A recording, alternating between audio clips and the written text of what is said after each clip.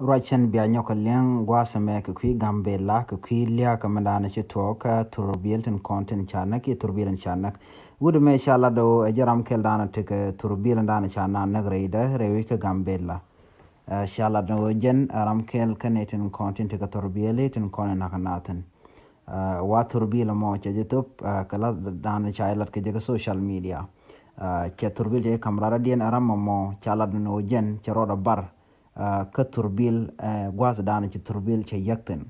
wudu me shale malaku meret ka raja dan chalat an turbil gwada dan ci teten jan gwas mo gwas dan cha ni to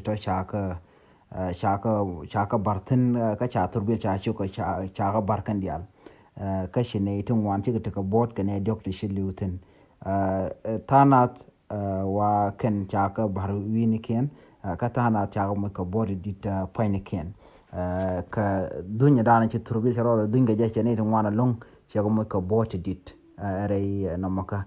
chanyo lad bo gwasa me kaneten content chiro anji kana linkedin kon lad berka bere kana de kan wore de kan kama kan ulan ke ga gambela na me